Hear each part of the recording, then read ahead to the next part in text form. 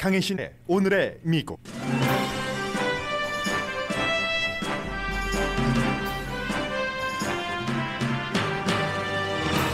미국 소비자들에게는 아직 쓸돈이 있는 편이지만 렌트비를 포함한 물가 인상이 대단해 미래를 알기 힘듭니다. 백악관과 연방준비제도는 물가 인상으로 딜레마에 빠졌습니다. 백악관은 여러 요인 중에 공급망 적체를 해결하려고 삼성 등 6개 큰 회사와 협상했고, 연방준비제도는 채권 매입 줄이는 시기를 예정보다 늦춰야 할 형편입니다. 바이든 대통령은 이달 말 프란치스코 교황과 코비드와 기후변화에 대해 논의할 예정입니다. 무소속인 버니 샌더스 연방 상원 의원이 민주당을 향해 바이든 대통령의 사회복지망 아젠다를 이룰 수 있도록 단합해야 한다고 주장합니다. 코로나 바이러스가 35살에서 54살 사이 미국인 가운데는 심장 질환을 제치고 넘버1 사망 원인이 됐습니다. 영국 윌리엄 왕자가 아마존 베조스와 테슬라 일론 머스크의 뺨을 때렸습니다. 우주 관광보다 지구 살리기가 먼저라는 주장입니다. LA 한인타운을 포함하는 10지구 마크 리들리 토마스 시의원과 전 USC 학장이 뇌물수수 혐의 등으로 연방 기소됐습니다. 이 사건은 파워풀한 개인과 조직의 흥망성쇠를 보여줍니다. 덴마크에서 한 남자가 활을 쏘아 5명을 숨지게 했습니다. 여러 면에서 세계가 놀란 뉴스입니다. 여러분 안녕하십니까? 오늘의 미국 강혜신입니다. 오늘 먼저 경제적인 관련된 뉴스부터 전하겠습니다. 지금 미국 경제의 현재 상황이 어떻고 어디로 가고 있는 것인지, 그럼 개인은 어떻게 해야지 되고 또 정부 차원에서는 무엇을 준비하고 있는지부터 전해드리고 있습니다. 소비자 물가가 계속 오르니까 서민들 힘들죠. 물론 아직까지는 돈이 조금 있습니다. 그리고 캘리포니아주에서도 주정부에서 7만 5천 달러 미만 연소득이신 분들께 $600 보조금이 지급이 됐습니다. 그렇지만 이게 물가가 이 정도로 계속 오르면은 서민들도 굉장히 걱정을 하는 것이고요. 워싱턴은 당연히 딜레마입니다. 연방준비제도도 장기적인 이 같은 인플레이션을 막기 위해서 정말 고민을 지금 많이 하고 있고, 일시적으로 얼마 전에 정해 놓았던 그런 본인들의 앞으로의 행동에 대해서도 연방준비제도는 조금 수정을 해야지 될 형편입니다. 먼저 현상부터 보겠습니다. 9월 달에 소비자 물가가 5.4%나 올랐다고 어제 말씀을 드렸었는데 1년 전에 비해서요. 특히 렌트비가 굉장히 많이 올랐답니다. 8월 달에 비해서 렌트비가 이제 9월 달에 0.5%가 올랐는데, 이렇게 한 달 사이에 0.5%나 렌트비가 오른 것은 그 폭이 2001년 이후 가장 큰 오름폭이랍니다. 지난 12개월 동안 렌트비가 3.2%가 올랐거든요. 그런데 8월에서 9월까지 0.5%가 올랐으면 1년으로 따지면 이게 5%, 6%가 된다는 거잖아요. 물론 한 달에 이 같은 렌트비 인상으로 전체적인 흐름을 알기는 어렵습니다만은 여기에 딱 주의해서 봐야지 된다. 초기 시그널인가? 이런 것들을 지금 봐야지 되고요. 여전히 집값이 올라가고 있고 또 임금도 올라가고 있기 때문에 렌트비 인상이 어느 정도까지는 이어지지 않을까, 전문가들은 그렇게 보고 있습니다. 렌트비뿐입니까? 물론 이 렌트비라든가 에너지비가 이 인플레이션, 물가 상승률 5.4%나 됐던 것에 큰 것을 차지하지만 그 밖에도 그로서리 스토어 가보세요. 안 오른 게 없어요. 식품, 가구, 텔레비전, 자동차 모두 올랐습니다. 물론 굿뉴스도 있죠. 내년에 소셜 시큐리티 연금, 소셜 시큐리티국이 발표하기를 2022년도에 5.9% 오른다라고 얘기하지만, 이렇게 인플레이션이 5.4%에서 만약에 더 오른다면 이 5.9% 사회보장기금이 오른다고 하는 것은 지난 40년 만에 최고치라고 하거든요. 예고됐었던 대로 그대로 2022년도에 하겠다 하는 게 사회보장국의 발표인데, 인플레이션이 현재로 따지면 다 까먹게 생겼어요. 이 돈을 별로 그게 그거라는 겁니다. 못 잡으면은요.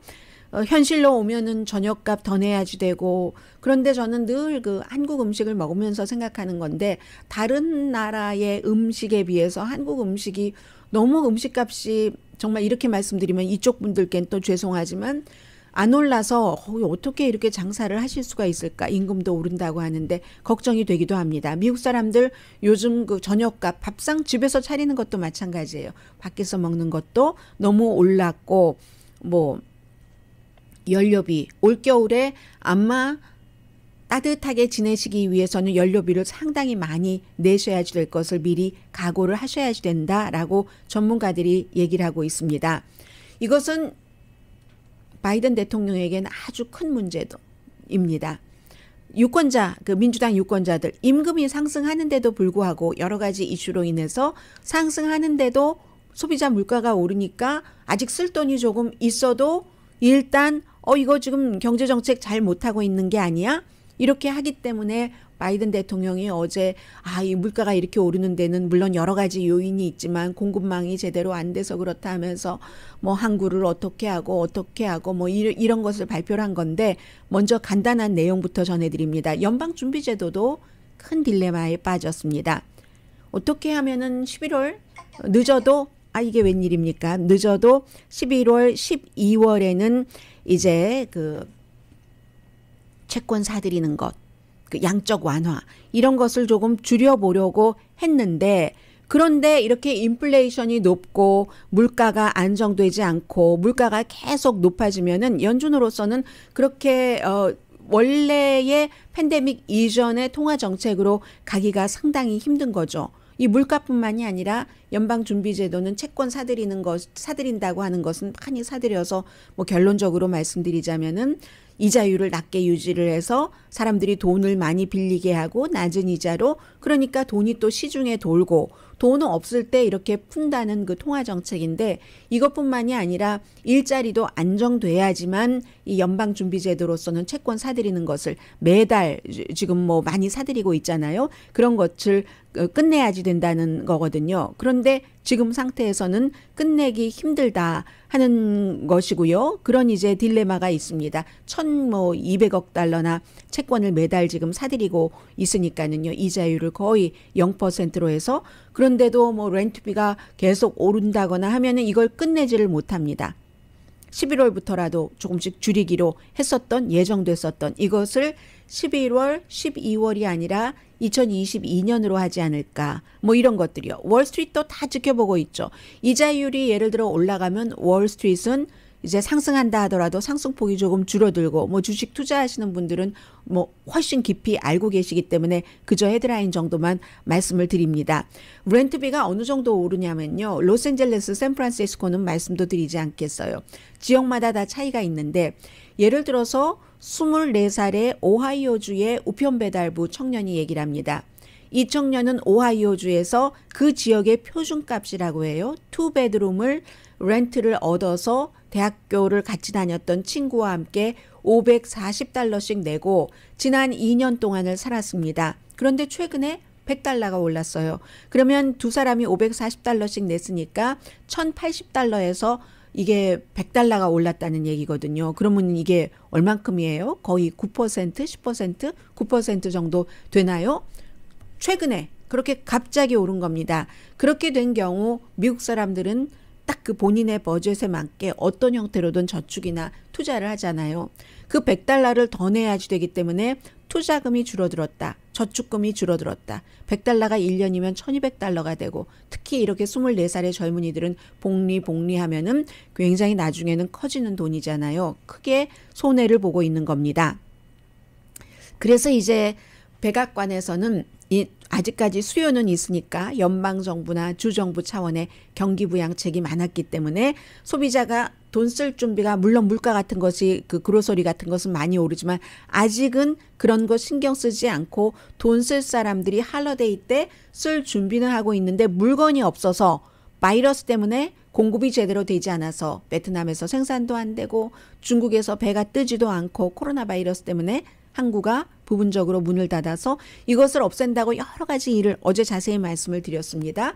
그리고는 나중에 그 바이든 대통령 기자회견 하는 거 보니까 월마트, 페덱스, UPS도 자체적으로 뭔가를 아무튼 공급망을 늘리겠다고 약속을 했고, 그리고 또 다른 타겟, 홈디포, 삼성, 대통령과 미국 대통령과 약속을 한 6개 기업 가운데 삼성이 들어가는 겁니다. 나머지 5개 기업은 모두 미국에 정말 내놓으라 하는 월마트, 세계 최대의 소매업체, 페덱스, UPS, 물류 관련이니까요. 타겟, 홈디포, 그리고 삼성도 나름대로 이제 이 6개 회사가 매주일 올해 말까지 3,500개의 추가 컨테이너를 어떤 형태로든 들여오겠다. 뭐 삼성도 뭐 관련 물류 회사가 있고 월마트 같은 그 회사는 자체적으로 전세 화물선을 띄운다고 하니까 그렇게 해서 매달 이 6개 회사만 3,500개의 컨테이너를 추가로 올해 말까지 들여오겠다. 그러면 내년 뉴 이어스 데이 선물까지는 어느 정도 해결이 되는 거잖아요. 만약에 제대로 된다면. 그런데 여기에 또 문제가 있는 거죠. 바이든 대통령이 아무리 여기까지 하더라도 모든 것이 다 민간이라서 민간 회사의 CEO들과 백악관에서 만나고 관계자들이 실무적인 접촉을 하고 해결해 놓는다 할지라도 여기까지는 항구잖아요. 그 다음에 철로, 다음에 하이웨이, 트럭 기사, 뭐 또 창고, 다 웨어하우스, 다 이게 포함되어 있어야지 되는데 전부 민간 회사에서 하는 일이기 때문에 굉장히 어렵고, 물론 어제 일로는 첫 스텝을 밟았다는 겁니다. 항구 풀려서 한인들 굉장히 또 이 소매업 물건 받아서 장사하시는 분들 안심했다라고 얘기를 하시는데 그런 보도 많이 나왔죠. 그런데 거기서 끝난 게 아닙니다. 첫 번째 단계만 대통령이 문을 연 거예요. 그 다음에 이게 또 뭐 열차로 어떻게 해서 트럭으로 해서 여러분들 소매업소까지 다 들어가야지 되는 거잖아요. 그랬기 때문이라고 생각이 됩니다. 어제 바이든 대통령이 이 같은 기자회견을 하고 나서 잘 될 것이다. 훌륭한 첫 스텝이다. 라고 얘기하고 기자들의 질문을 받지 않았습니다. 당연히 물어봤겠죠. 그 다음 스텝은 뭡니까? 다음 스텝은 첫 스텝 해결하면서 지금 보고 있는 것이고 첫 번째 스텝을 해결하기에도 너무나 급박한 겁니다. 대통령으로서는. 그래서 이제 어제 그쯤에서 끝났고, 그런데 앞에서 어두운 내용을 많이 말씀을 드렸어요. 그런데 그럼에도 불구하고 많은 경제 전문가들이 이리저리 예측하고 하는 것을 쭉 보면은 소비자 물가는 결국은 내년 7월쯤이 되면 그래도 1년은 안 남았네요.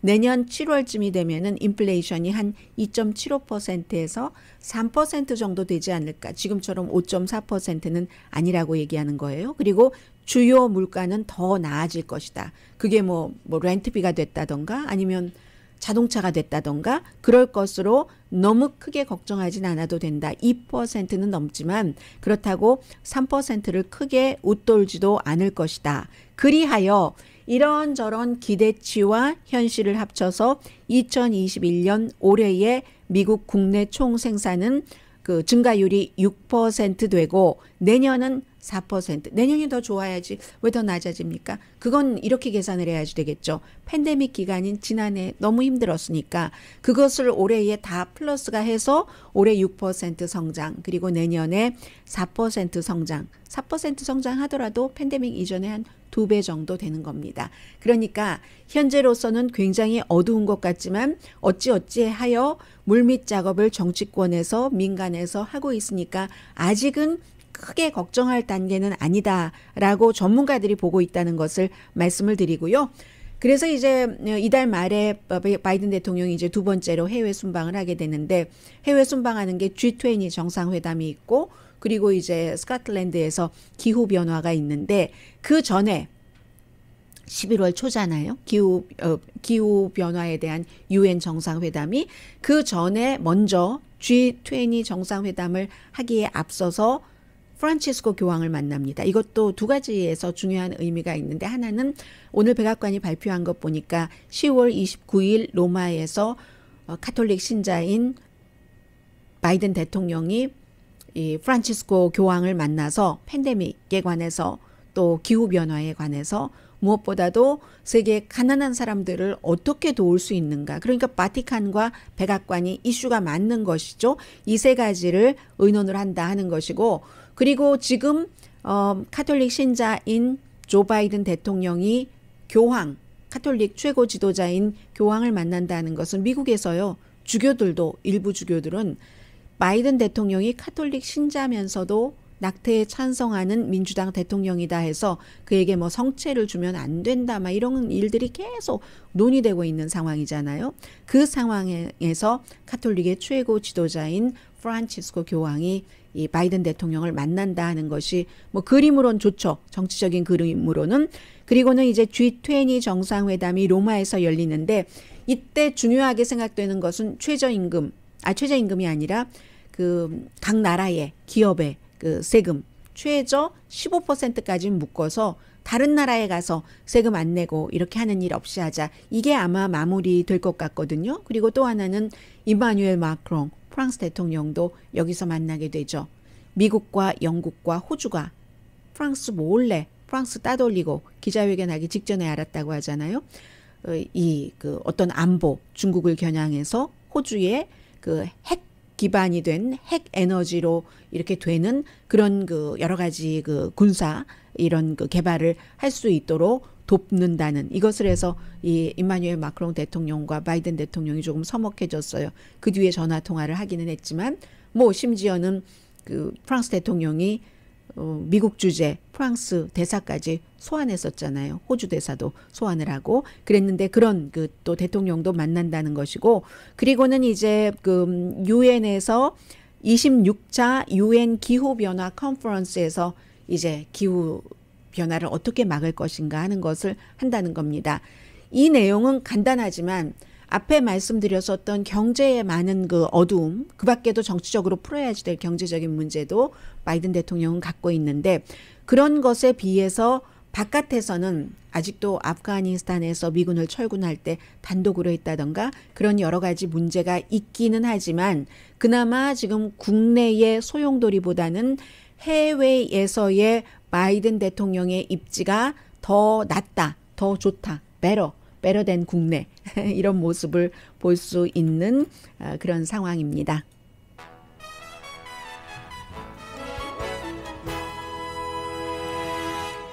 잠시 뒤에는 어제 오늘의 미국에서 말씀드렸던 이런 면에서 축하하고 싶습니다. 오늘 말씀드리는 같은 이슈에서의 시각이 다릅니다. 이것도 맞고 저것도 맞을 수 있죠. 개인의 취향이라고 할 수도 있고 아니면 어떤 부분은 사실은 이것이 더 맞을 수도 있고 저것이 더 맞을 수도 있고 하는 것을 윌리엄 영국의 그 왕자를 통해서 전해드리고요. 하나는 로스앤젤레스 그 시의원 뭐 이분은 슈퍼바이저도 했고 주 의원도 했는데 마크 리드리 토마스 시의원이 기소됐는데 USC의 전 학장과 함께 기소됐는데 여기는 많은 스토리가 있습니다. 만약에 로스앤젤레스에 살고 계시지 않는 분들은 LA 시의원이 연방 뇌물수수 혐의 등으로 20개 혐의라고 하니까요. 기소된 것이 나하고 상관이 없다? 상관이 없지 않거든요.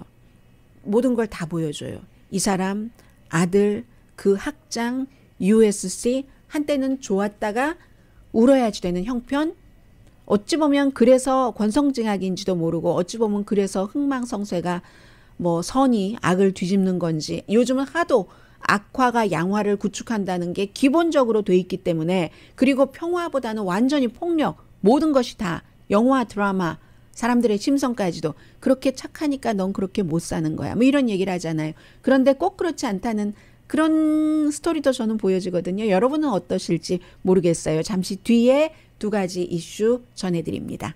라디오 서울방송 오늘의 미국 듣고 계십니다. 윌리엄 왕자가 어제 이제 BBC 방송과 인터뷰를 하는 과정에서 어제 제가 맨 앞에 여러분들께 말씀을 드렸잖아요. 그 스타트rek의 그 선장이 정말 40년 그 선장을 하다가 실제로 그 USS 엔터프라이즈의 선장을 하다가 90세가 돼서 정말 우주에 한 11분 정도 있었죠. 그리고 몇 분은 이제 완전히 무중력 상태로 있었는데 그 윌리엄 그 샤트너 그 배우요. 배우가 40년을 하니까 어제 여러분들이 얘기를 해주셨는데 그 사람은 아니야. 그 사람은 아니. 그 사람도 맞고 그 사람도 맞고 그 사람도 맞고 40년을 선장을 했으니까 그 사이에 40년 동안 변한 거죠. 선장의 모습도 변하고 해서 어떤 땐 조금 뭉툭하게 어떤 땐 좀 뾰족하게 그렇게 했는데 그분이 이제 그 우주의 그 제프 베조스의 블루 오리진에서 만든 셰퍼드 호를 타고 다른 3명의 민간인과 함께 갔었던 것을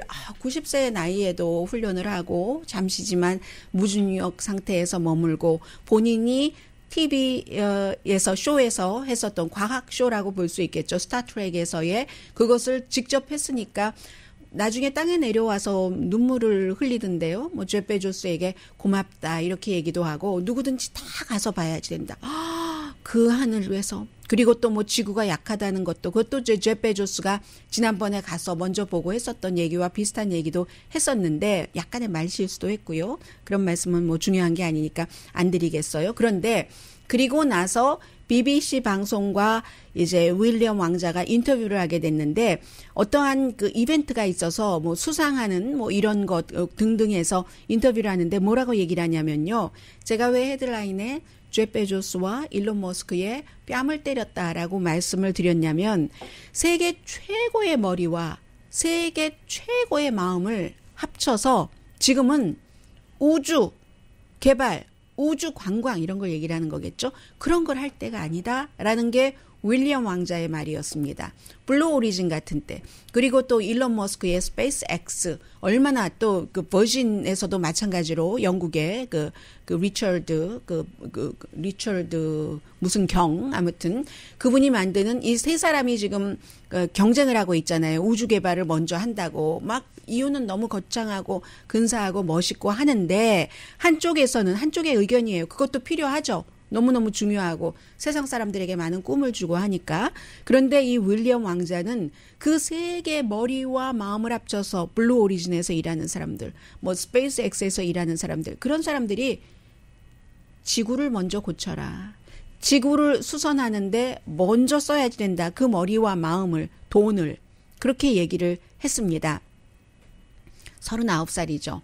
그리고 아이들을 키우고 또 아버지 나이가 들어가는 찰스 아버지가 있는 윌리엄 왕자 이 BBC 방송은 간청이라고 표현을 했거든요. 뭐라고 얘기를 하냐면 어제 무슨 뭐 지구 살리기 관련 대회 뭐 이런 것 관련해서 뭐 상도 주고 뭐 어린이들도 만나고 인터뷰를 한 건데 지금 그 윌리엄 그 샤트너나 아니면 제프 베조스 같은 사람은 지구에서 62마일이나 높이 올라가서 보니까 감회가 새롭고 뭐 막 이런 얘기를 했잖아요. 윌리엄 왕자는 나 그렇게 높은 곳에 올라가는 거 관심 없다. 우리 젊은이들이 내 아이들이 몇십 년 있으면 지금부터도 위협 속에 이 지구에 우리 살아야 될 사람들이죠. 이 위협 속에 살아야지 되는데 우리 아버지가 공기 숨쉬기 힘든 그런데 이렇게 얘기를 한 게 윌리엄 왕자와 이 배우 그 샤트너는 뭐라고 얘기했냐면 7월 달에 어떤 인터뷰할 때 보니까 사람들이 뭐 이런 얘기를 그전에도 많이 했었어요. 그랬더니 이 배우는 아니 그들이 그들의 돈으로 할 수 있는 것을 하는데 뭐 그거 괜찮지 할 수 있지라고 얘기를 했고 그것도 맞는 말이에요. 그런데 윌리엄 왕자는 맞는 말이라고 생각하는 사람들이 많고 윌리엄 왕자의 말이 맞는다고 생각하는 사람들이 많고 이 세상에 다 맞고 다 틀리는 게 어디 있겠습니까? 체크 앤 밸런스 균형을 맞춰가는 것이 이제 같이 살아가는 사람들의 일인데 어쨌든 이 그 윌리엄 왕자가 원래 기후변화에 대해서 관심이 많고 일을 많이 하고 있죠. 영국 왕실이. 윌리엄뿐만이 아니라 윌리엄 왕자의 아버지인 찰스도 그의 아버지로부터 어렸을 때부터 기후변화에 대해서 얘기를 들었다고 하잖아요. 그래서 이제 이런 비교되는 것이 있다 말씀을 드렸고요. 그런데 저는 이 윌리엄 그 왕자가 영국의 그 BBC 방송의 그 아담 플레밍이라는 사람과 인터뷰를 했는데요. 그 장소가 그 켄싱턴 궁전인데 뒤에 보니까 뒤에 윌리엄 왕자가 앉아 있는 뒤에요. 나무로 깎은 병풍. 뭐 동양 사람들에게는 익숙하고 어디 무슨 뭐 롤튼 사이먼 뮤지엄이라든가 아니면 뭐 다른 뭐 헌팅턴 뭐 라이브러리라든가 가면은 비슷한 것들을 볼 수 있는데 거기에 병풍이 나무로 깎아서 아래는 이렇게 그림도 있고요. 그 시대에 뭐 어떠한 뭐 그릇 같은 것 이런 것들이 있는데 한자예요. 한자. 영국의 그 왕궁에 한자로 돼 있는 그런 그 병풍 1, 2, 3, 4, 5 다섯 쪽짜리네요. 다섯 쪽짜리가 뒤에 딱 영국 왕실에 한자가 이렇게 그려져 있어요. 아주 그 다정하고 멋있었습니다.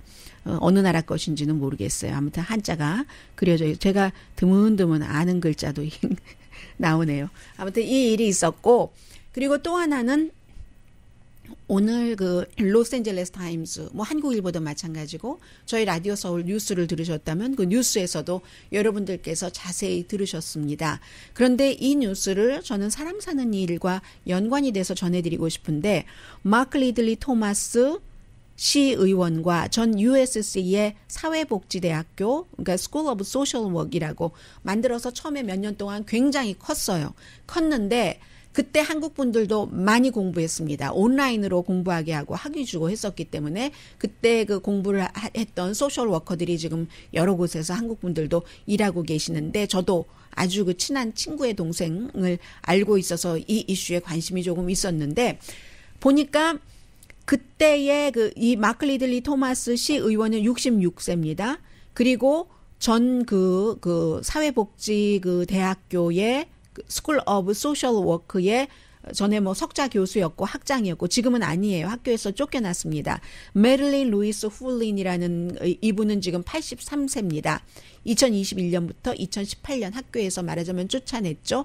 그때까지는 학장을 했는데 이 두 사람이 그 당시에 이 학교가 막 성장하고 하는 과정에서 서로 주고받았다는 거예요. 뇌물수수 혐의, 음모, 또 우편, 뭐 사기, 거래, 뭐 이런 20가지 혐의로 연방 기소가 됐는데 막강한 정치인과 로스앤젤레스에서 가장 정치적인 힘이 막강한 정치인과 이 학계에서 굉장히 막강했었던 두 사람이 기소가 된 거예요. 공공기금을 이 사람은 LA시 의원은 슈퍼바이저였을 때예요. 슈퍼바이저였을 때 이 학장이 하는 일에 공공기금을 줬고 그 대신에 뭐 여러 가지 킥백 아들 그 세바스찬이죠. 주 상원의원도 26살 때가 아버지 후광이죠. 했고 그리고 이제 그랬던 지금은 34살이에요. 그 아들에게 풀 장학금으로 공부를 하게 하고 나중에 뭐 학교에서 뭐 공공정책 같은 거 강의하는 교수를 하게 하고 그리고 학교를 바탕으로 이 마크 리들리 토마스가 당시 슈퍼바이저였을 때 기금 모금을 하고 뭐 이렇게 해서 그 기금 모금한 그런 단체가 나중에 비영리 단체가 돼서 아들이 운영하게 되고 이런 여러 가지 킥백이 말하자면 이 민간에서 거래되는 킥백도 꼭 좋다고 볼 수 없고 나쁘다고만 볼 수도 없지만 좋다고 볼 수 없는 킥백이 공직자와 USC라는 대학교의 한 그 학장 사이에서 오고 갔었다 하는 겁니다. 왜 이게 오고 갈 수 있었냐면 이 풀린 학장이 사회복지대학교 학장일 때 그때 USC의 사회복지대학교가 세계에서 가장 컸어요. 2010년도에 학생이 900명이었는데 2016년도에 그 들어가는 학생이 3,500명이었습니다. 굉장히 10년에서 6년 동안 3,500명이나 이렇게 성장할 수 있었던 것은 학교에서 다 가르치는 게 아니라 외주를 줬어요. 그 당시에 온라인으로 공부를 하게 하고 디지털 러닝 스타트업 회사에게 외주를 준 거거든요. 학교에 가서 막 열심히 공부를 했다기보다. 그런 것에 그러니까는 이 외주를 준 곳에서 학생이 등록금을 내면은 반 이상을 가져가요. 학교는 등록금은 많이 받지만 USC니까 이 외주 준 데에 반 이상을 주니까 또 돈이 필요해요. 필요했기 때문에 카운티 정부와 계약을 해서 수백만 달러 카운티 정부의 기금을 쓸 수 있게 됐습니다. 그렇게 해서 이 사람은 아들 뭐 학교 나오게 졸업장 장학금으로 하게 하고 교수하게 해주고 이런 일들이 있었다는 거죠. 해서 사실은 그 로스앤젤레스에서 이렇게 정치인들이 막 이렇게 뭐 비리에 얽히고 이런 게 많잖아요. 최근만 하더라도 뭐 후이자 그 14지구 맞죠? 호세프 이자 뇌물 관련 지금 재판 기다리고 있죠. 뭐 돈 세탁, 부동산 개발업자와 연관해서 그런가 하면 또 다른 뭐 14개월을 복역하고 유죄를 인정하고 뭐 여러 가지 그 연방 수사팀에 거짓 증언한 뭐 캐시 받고 라스베가스에서 뭐 선물도 받고 한 뭐 카지노에서 그런 의원도 있어요. 이런 식으로 지금 한 2년 사이에 세 번째인데 그 끝을 보자 하는 겁니다. 이 세바스찬 리들리 토마스 주 하원 의원 하다가 사임했죠. 사임할 때 그 사람이 하원 의원일 때 한인이 보좌관이었어요. 나중에 제가 물어봤어요. 왜 이렇게 갑자기 사임을 하느냐 했을 때 그 보좌관도 얘기를 했습니다.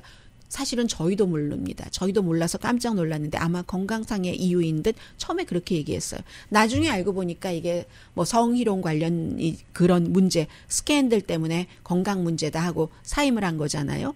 결국은 26살 때 아버지 후광으로 무슨 뭐 USC를 그냥 아주 쉽게 뭐 장학금 받고 졸업을 하고 교수하고 뭐 이렇게 해서 상원의원까지 하원의원까지 하고 했지만 이렇게 그 사람은 현재 그렇게 돼 있고 마크 리들리 토마스 시의원 자신은 1991년도에 시의원을 했습니다. 한 10년 정도 그 전에 10년은 남가주 무슨 크리스천 리더십 컨퍼런스의 총 책임자를 맡았었고 그 이후 30년 동안 정말 LA 카운티 슈퍼바이저를 하다가 다시 시의원으로 가고 무슨 뭐 주 정치도 하고 30년을 이렇게 이곳에서 일을 하다가 그리고 이 사람이 좋은 일을 한 일도 많이 있어요. 그 가운데서도 도드라지는 것이 홈리스 피플에 관한 것에 굉장히 앞장섰거든요. 아프리칸 아메리칸이고요. 해서 2015년도에 아마 여러분들 기억하실 겁니다. 홈리스 피플들을 위한 쉘터를 짓는다고 세금을 뭐 0.25센트 인상시키는 것을 이뤄낸 사람이 이 사람이고요. 2019년도에 게빈 뉴섬 주지사도 홈리스 문제를 해결하기 위한 어떤 위원회의 공동의장으로 마크 리들리 토마스를 임명을 했거든요. 그렇기 때문에 어제 이 내용이 연방 20개 혐의로 기소됐다 하는 것이 발표되기 직전에 마크 리들리 토마스는 홈리스를 어떻게 막을 수 있는가 이 사태를 그 문제에 대해서 LA 타임스 기자와 만나서 얘기를 하고 있었거든요. 그런데 지금으로서는 그의 영광도 USC도 마찬가지예요. USC도 지금 그 사회복지대학뿐만이 아니라 그 전에 의대에서 학장이 아주 오랜 동안 무슨 뭐 마약도 하고 무슨 성과 관련된 무슨 문제 이런 것들이 있어도 다 숨겨줬잖아요. 왜냐하면 기금을 너무 많이 모은다고. 그 뒤에도 USC 또 뭐가 있죠? 뇌물 받고 뭐 입학을 했거나 입학을 하려고 시도를 했었던 이런 문제로 USC도 이 정도면은 신뢰도가 굉장히 많이 추락했죠. 그 학장은 83살인데 이제 그렇게 그 인생을 마무리하게 되고 마크 리들리 토마스 자신도 지금 그 관계 당국에서는 스스로 체포되기를 원하고 있는 거죠. 그리고 LA 시의회에서는 사임해라라고 다른 시의원들이 얘기를 하죠. LA 시의회에 어떤 그 평판, USC의 평판이 최근에 우르르 무너지고 있는 것처럼 LA 시의회도 평판이 더 나빠질 순 없잖아. 뭐 이런 형태로요. 그 후이자, 호세프 이자 의원 그렇게 된 게 언젠데 지금 재판을 기다리고 있는데 또 이런 형태로 재판하면서 시의원 하라고 해서 그 자신도 어느 정도까지는 좋았을지 모르지만 끝은 그다지 좋진 않은 거죠. 그러나 아직 66살로 젊은 사람이기 때문에 또다시 회복될 수 있는 가능성은 몇십 년 남아있다고 봅니다. 라디오 서울 방송 오늘의 미국 듣고 계십니다. 좀 전에 그 USC 스토리에서 가장 중요한 것을 뺐습니다. 그래서 그 USC의 사회복지 그 대학은 어떻게 됐는가. 2010년부터 2016년까지 그런 얽히고 설킨 이런 사연이 있었는데 그때 학생들을 너무 많이 받아서 자격이 없는 학생들을 많이 받았었고요. 심지어는 그 공부를 지탱하기조차 힘든 그런 학생들도 온라인으로 외주를 줬었으니까요. 해서 학교 신뢰도 떨어뜨리고 해서 2019년도에 뭐 교수들 레이오프하고 스태프들도 많이 레이오프 했었습니다. 샌더스 무소속 연방상원 의원 바이든 대통령과 예비선거에서 겨뤘었죠. 이 사람이 뭉쳐라 Build Back Better 액트를 위해서 바이든 대통령이 지금 이제 두 가지가 해결돼야지 되죠. 기간산업안과 또 그 사회복지망 그에 대한 지출안이 해결이 돼야지 되는데 공화당은 지금 흩어져라 하는데 그 샌더스 의원은 뭉쳐야지 된다라고 얘기를 하면서 흩어짐 속에 한가운데 있는 두 사람을 지적을 합니다. 조 맨신 웨스트 버지니아 그리고 크리스틴 그 시네마 애리조나 이 두 민주당 의원들을 공화당 의원들이 지금 지지하고 있어요. 이 두 사람들이 액수도 많고 일부 쓰여지는 그 돈의 부분이 본인의 지역구 유권자들의 뜻과는 다르다. 이런 게 가장 중요한 목적이겠죠. 그래서 이제 그 반대를 하고 있고 수정해라. 3조 5천억 달러를 1조 5천억 달러로 줄여라. 조 맨신의 얘기. 이런데 어떤 형태로든지 버니 샌더스도 3조 5천억 달러가 되지 않을 것은 알 겁니다. 그리고 이 사람은 기본적으로 사회복지기금을 많이 늘리기를 원하는 사람이에요. 제일 많이 늘리기를 원하는 사람입니다. 그렇기 때문에 워킹 클래스 가정의 삶을 개선하고 민주당이 단결할 것인가? 그래야만 한다는 거예요. 모든 민주당이 함께 나이 든 사람, 어린이, 아프거나 가난한 사람을 도울 것인가? 모든 민주당은 제약회사와 보험업계가 부정한 돈으로 정치에 개입하는 것도 막아야지 된다. 여기에 동의할 것인가 동의하지 않을 것인가. 이 많은 내용들이 그 안에 포함이 돼 있다는 뜻이 되겠죠. 그래서 조 맨신과 크리스틴 시네마도 여기에 이거 통과시켜야지 된다라고 얘기를 합니다. 그리고 결국 이 버니 샌더스 의원이 얘기하는 게 사회 안전망은 미국 사람들이 좋아하는 것 아니냐. 여론조사 해보면요. 민주당들은 75% 이상이 이 법안을 지지를 하고 있고 온건한 사람과 보수적인 그 민주당도 이렇게 75% 지지한다는 것이고요. 전반적으로 50%는 훨씬 넘는 사람들이 지금으로서는 사회 안전망을 강화시키는 지출안이나 또 기간 산업안이 통과돼서 돈이 조금 연방 정부로부터 나와야지 된다라는 생각을 하고 있는 사람들이 많습니다. 바이러스 오늘 식품의약국이 지금 존슨앤존슨 것 어떻게 하나 부스터샷 여기에 대해서 심의를 하고 있는데 중요한 사실 하나를 말씀을 드립니다. 8월과 9월에 봤더니 35살에서 54살 사이의 미국인 사망률 1위가 코로나 바이러스였습니다. 비교적 젊은 사람들이잖아요. 1월 달에는 코비드가 사망 원인의 넘버 1이었어요. 그 전에 한창 올라갔다가 그랬으니까. 그리고 백신을 맞으면서 7월 달에는 넘버 7으로 내려갔습니다. 그 다음에 델타가 있었죠. 백신 접종 안 맞은 사람들이 많았었기 때문에 8월과 9월에는 이게 다시 넘버 2로 올라갔어요. 사망 원인. 항상 사망 원인 넘버 1은 심장질환이죠. 미국에서. 그런데 이때에 35살에서 54살 사이 미국인들은 8월과 9월에 심장질환을 제치고 아직 심장질환을 일으키긴 좀 젊은 나이이기도 하고요. 요즘 젊은 사람들도 심장질환 많이 일으킵니다마는 코로나 바이러스가 8월, 9월 이 젊은 사람층에서 사망률 1위 그 원인인 겁니다. 그리고 요즘은 6살, 7살 어린이도 사망합니다. 9월 달에 하루 평균 1,899명이 코로나 바이러스로 숨졌고요. 심장질환으로 숨지는 사람이 하루에 평균 한 2,000명 정도 됐거든요. 암으로 숨지는 사람이 한 1,600명. 그러니까 코로나 바이러스가 훨씬 몇천 명 많은 거예요. 한 3,000명 정도 더 많습니다. 하루에 숨지는 사람이. 바이러스 사망자는 지금 10월 첫 주 들어와서 조금 줄어들고 있고 백신이 이제 5월 달 이후 그 뿌리가 됐고 카이저 가족재단이 조사를 해본 결과 아직도 이제 막을 수 있는 그런 사망자들이 못 막아지고 있죠. 백신 접종을 맞지 않았기 때문에. 그런데 그나마 지금 델타 바이러스가 막 나오고 또 약국에서 무료로 쉽게 백신 접종을 해주니까 아프리칸 아메리칸 사이에서도 그 갭을 많이 줄였습니다. 백신 접종을 조금 막고 있는 것이 다행이기는 한데 알라바마, 노스캐롤라이나 그리고 미시시피 이런 데서도 요즘은 아프리칸 아메리칸들이 지금 많이 맞고는 있는데 아직도 지금 거의 2,000명 가까이가 하루에 코로나 바이러스로 숨진다 하는 사실을 기억해야지 되겠죠. 미국에서는.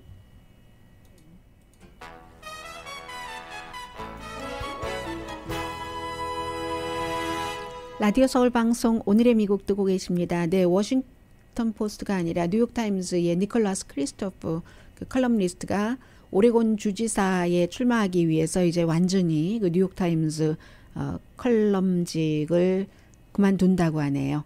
좀 아쉽긴 합니다. 아주 좋은 컬럼 많이 쓰셨고 인권에 관한 컬럼도 많이 쓰셨는데 그동안 뭐 선거 이런 것들 때문에 많이 보도를 해드리지 못했고 그리고 특히 지난 4년 동안 그 트럼프 전 대통령의 재임 기간에는 가능하면 그 컬럼 가운데서도 워싱턴 포스트나 뉴욕 타임즈에 대해서는 무조건 거부하는 분들이 많으셨기 때문에 이분의 컬럼을 많이 소개해드리지 못했었습니다. 그런데 오레곤주 본인의 홈타운으로 돌아가서 이제 그 주지사, 현재의 주지사도 뭐 민주당입니다만 임기 제한이잖아요. 그래서 출마를 한다고 하네요. 덴마크에서 한 남자가 활을 쏴서 5명을 숨지게 한 이 사건은 여러 가지로 세계가 오늘 아침 주목하고 있습니다. 5명이 숨졌고 2명을 다치게 했는데 그 가운데 1명은 비번 경관입니다. 현재 나온 얘기는 이제 우선 희생자를 말씀드리면 50대에서 70대 여자가 4명, 남자가 1명, 장소도 다르답니다. 활을 쏴서 사람을 숨지게 한 거예요. 수도 그 오슬로에서 남서쪽으로 한 50마일 있는 그런 그 노르웨이 타운이래요. 이 덴마크에서 노르웨이 타운인 콩스버그라는 곳에서 본인도 아마 그쪽 지역에 산다는 것 같은데 여러 곳 다니면서 사건을 저질렀고 37살의 덴마크 남자예요. 덴마크 시민인데 굉장히 급진적인 인물로 경고됐었답니다. 종교를 무슬림으로 개종하고 나서 사건이 일어나고 30분 만에 체포됐고 당연히 이제 테러리즘으로 구분이 되고요. 이 사람이 그렇게 개종을 하고 단독 범행이라고 보고 있고 다른 무기들도 있는가 참고 보는데 노르웨이가 이렇게 다른 사람을 뭐 숨지게 하고 하는 사건이 일어나는 나라가 아니잖아요. 지난번 몇 년 전에 뭐 몇십 명 숨진 적이 있었지만 그때는 총이었고 활이라는 그래서 노르웨이 경찰이 보통 이제 그 총기 휴대를 안 하고 다니는데 지금 총 가지고 다니는 비상사태입니다. 이 노르웨이 사건 보면서 제가 이 오징어 게임이 다시 생각이 났는데 어제로서 이제 세계 90개국에서 1위를 한다고 하는데 물론 기본적으로 그 나라에도 비슷한 게임들이 있겠지만 정말로 그 나라 게임들과는 다른 새로운 것으로 끝을 알 수가 없잖아요. 결론을 알 수 없는 이런 여러 가지 상황 때문에 인기가 있고 뭐 이슈도 그렇고 하는 건 알겠는데 약자가 약자끼리 싸우는 그런 그 모습이요. 서로가 서로를 공격하고 이런 것들이 너무 슬픈 것 같아요. 강희신이었습니다.